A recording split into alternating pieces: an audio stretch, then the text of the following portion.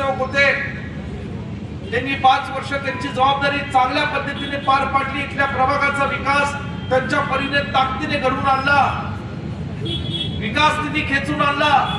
तुम्हा सर्व लोकांच्या सुखदुःखात ते सहभागी झाले.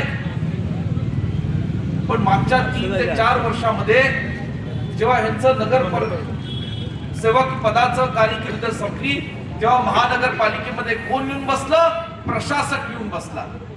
प्रशासक कुणाला सांगत होता, कुणाला रिपोर्ट करत होता? तर राज्य सरकारला रिपोर्ट करत होता. आणि प्रशासकाच्या माध्यमातून कोट्यावधी रुपयाचे टेंडर त्या ठिकाणी मंजूर करून घेतले, त्याच्यात भ्रष्टाचार करून घेतला आणि आपल्या काही प्रभागाचा आणि लोकांचा विकास त्यांनी केलेला नाही. आज या ठिकाणी मला आपल्याला सांगायचे, हे जे सत्तेत बसलेले लोक, याच्या ठीक आहे, या प्रभागात पुरतं काही गोष्टी घडल्या, आम्ही त्याला सहमती दिली, द्यावी लागली, कारण संजय बापू, त्यांच्या पत्नी, एक जमादार कुटुंब, हे सगळं आमच्या दोन्ही कुटुंबांच्या, पतंगरावजी कदम साहेबांचं कुटुंब असेल, वसंतदादांचं कुटुंब असेल, आमच्या दोन्ही कुटुंबाला हे अत्यंत प्रामाणिकपणे मानणारे कुटुंब आहेत आणि आमच्याशी त्यांचे संबंध आहेत.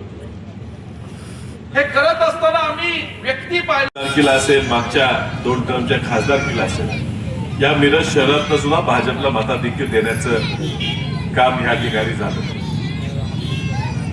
एवढा पुरोगामी विचाराचं शहर असलेलं मिरज,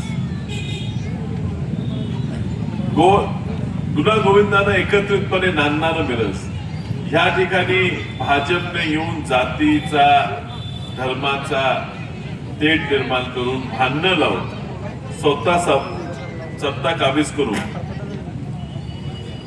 जनतेला लुटायचं काम केलं. म्हणून ह्या वेळेला ह्या निवडणुकीत ताकदीनं त्यांचा पराभव करण्यासाठी आम्ही सगळे पुढे आलो. आणि येताना असं लक्षात आलं की एकटं या भाजपचा पराभव करणं कदाचित आजच्या परिस्थितीत आम्हाला शक्य नाही. पण जेवढ्या ठिकाणी ह्या ठिकाणी आम्ही त्यांना पराभव करू शकतो, आमच्याकडे चांगले उमेदवार होते, त्या ठिकाणी काँग्रेस आणि राष्ट्रवादी काँग्रेस तुतारी या चिन्हावर आम्ही निवडणुका लढल्या. आणि बाकीचे उमेदवार जे भाजपला पाडण्यासाठी सक्षम आहेत, त्या उमेदवारांसाठी ह्या उर्वरित जागा आम्ही सोडल्या. या मतदारसंघात संजय बापूंनी खूप मोठी विकास कामं उभी केली. गेले 4-5 टर्म ते ह्या ठिकाणी त्यांनी आणि त्यांच्या वहिनी बबिता वहिनी ह्या दोघंही मोठं काम करतात. बापूंनी, मी खासदार व्हायच्या आधी सुद्धा आणि खासदार झाल्यावर सुद्धा भांडून माझ्याकडे निधी दिला. आणि बापूंची ती कामाची पद्धतच आहे, एकदा मागे लागले तर ते काय सोडत नाहीत, खूप चिकाटीने कामं मागे घेतात. जिल्हा नियोजनच्या समितीतला फंड असो, नाही तर माझा खासदार फंड असो, हा भांडून त्यांनी माझ्याकडे कामं मंजूर करून तुमच्यासाठी देतात. आणि सगळी झालं तर पुन्हा येऊन बसतात, कामाचं काय म्हटलं, आत्ताच दिली तुम्हाला बऱ्यापैकी निधी दिला.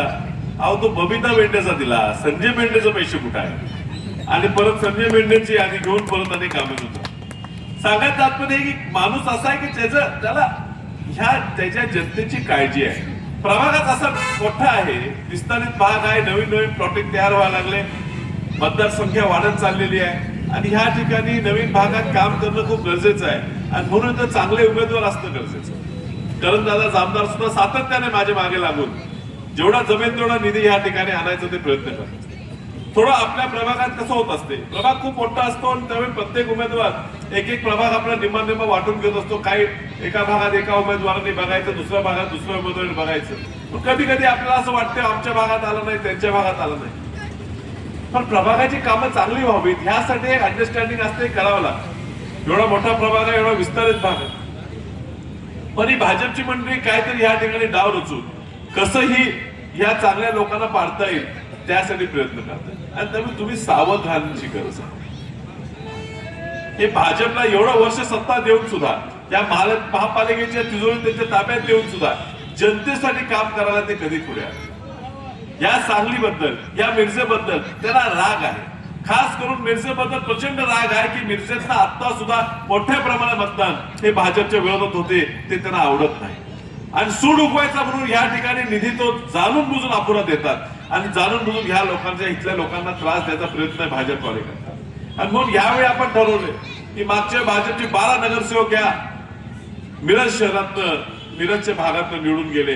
यावेळी तो आकडा आपण सगळ्यांनी मिळून 0वर न्यायचा आहे, हे आपण या ठिकाणी ठरवून आपण पुढे गेलो. काँग्रेसचा मागच्या वेळेला बापूंनी या ठिकाणी मिरज शहरात निवडून येऊन मिरज शहरात आपला काँग्रेसचा झेंडा जिवंत ठेवला. यावेळी सुद्धा बापू तुम्ही हा निर्धार काँग्रेसचा झेंडा ह्या मिरजेत सुद्धा जिवंत ठेवायचा तुम्ही तुमच्या बबिता वहिनी या दोघांनी मिळून केला, ह्याबद्दल मी तुमचं मनापासून ऋणी आहे. त्यामुळेच आज ह्या मिरज शहरात गल्ली गल्लीत आज काँग्रेसचे कार्यकर्ते जे आहेत त्यांना एक आधार मिळतो. या ठिकाणी याच गल्लीत काम करणारे आमचे योगेश आबा जाधव सारखे कार्यकर्ते 20 नंबर प्रभागात त्यांचं काम आहे, ह्या 5 नंबर प्रभागात त्यांचं काम आहे.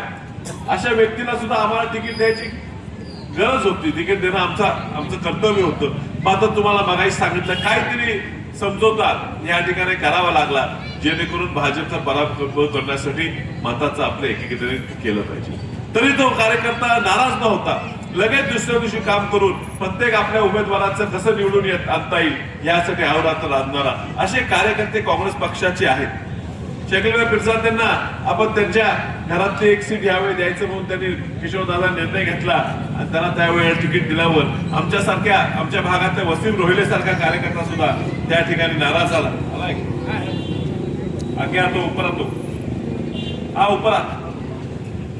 वसीम रोहिले सारखा कार्यकर्ता सुद्धा त्या ठिकाणी नाराज झाला होता. पण पक्षावर निष्ठा, पक्षावर प्रेम म्हणून वसीम रोहिलेने सुद्धा त्या ठिकाणी ठरवलं की नाही, आपण या ठिकाणी मेंढे बापूंच्या, बबिता वहिनींच्या, करण जामदारांच्या आणि श्री पिरजादेंच्या मागे ताकदीने उभं राहायचं. आणि म्हणून त्यांनी त्यांचा अर्ज माघार काढून त्यांनी आपल्या या 4 उमेदवारांना पाठिंबा त्या ठिकाणी त्यांच्या पूर्ण रोहिले कुटुंबाचा, पूर्ण त्यांना मानणाऱ्या सर्व कार्यकर्त्यांचा